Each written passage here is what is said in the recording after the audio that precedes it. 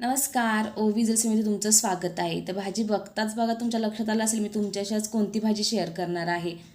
तर ही घेवड्याची भाजी आहे. आठवड्यातून एकदा का होईना माझ्या मुलांच्या टिफिनसाठी माझ्या घरी बनवलीच जाते. तर इथे बघा मी आता हा कोवळा घेवडा घेतलेला होता. तुम्ही जून असेल तरी घेऊ शकता आणि अशा प्रकारे जसा मी निवडून दाखवला तसं आपल्याला निवडून घ्यायचा आहे. चला आता आपण रेसिपीला सुरुवात करूयात.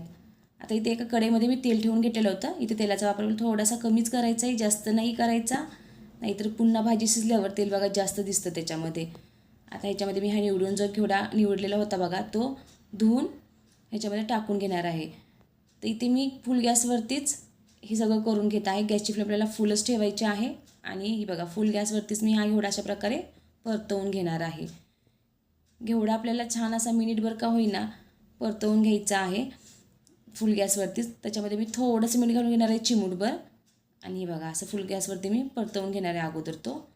तर परतल्यानंतर बघा घेवड्याचा कलर एकदम असा डार्क हिरवट झालेला आहे, दिसायला देखील बघा कलर बदललेला आहे. आता हा घेवडा मी बाजूला सारून घेणार आहे. ह्याच्यामध्ये मी आता लाल तिखट घालून घेत आहे. तर इथे मी 1.5 चमचा लाल तिखट घातलेलं होतं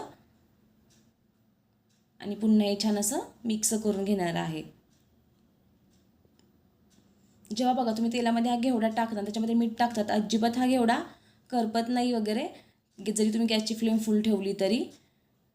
म्हणून तुम्हाला फुल गॅसवरतीचा घेवडा अगोदर भाजून घ्यायचा आहे, नंतर मग अशा प्रकारे लाल तिखट घालायचं आहे आणि हे मिक्स करून घ्यायचं आहे छान. आता याच्यामध्ये मी पाणी घालून घेणार आहे. तर हा घेवडा बघा कोवळा होता त्यासाठी मी थोड्याशाच पाण्याचा वापर केलेला आहे. तुमचा जर घेवडा जून असेल तर तुम्ही थोडं जास्त पाणी वापरायचं आहे, म्हणजे छान शिजलं जाईल. मीठ घालून घेणार आहे. अगोदर देखील आपण ह्याच्यामध्ये मीठ घातलेलं होतं. आता पुन्हा मी थोडंसं आणखीन वरून मीठ घालून घेणार आहे आपल्या चवीनुसार. गॅसची फ्लेम फुल ठेवून मी हा घेवड्याची बघा भाजी छान अशी उकळवून घेतलेली होती. ह्याला उकळी आल्यानंतर ह्याच्यामध्ये मी हे शेंगदाण्याचं कूट घालून घेणार आहे. ते भाजलेलं शेंगदाण्याचं कूट आहे, हे माझ्या डेलीच्या भाज्यांमध्ये वापरलंच जातं.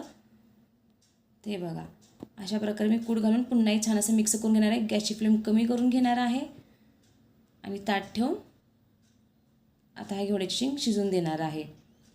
इथे बघा काही वेळाने मी बारीक गॅसवरती अशा प्रकारे ही घेवड्याची शेंग शिजून घेतलेली होती. तर मला अशीच लपतप भाजी बनवायची आहे.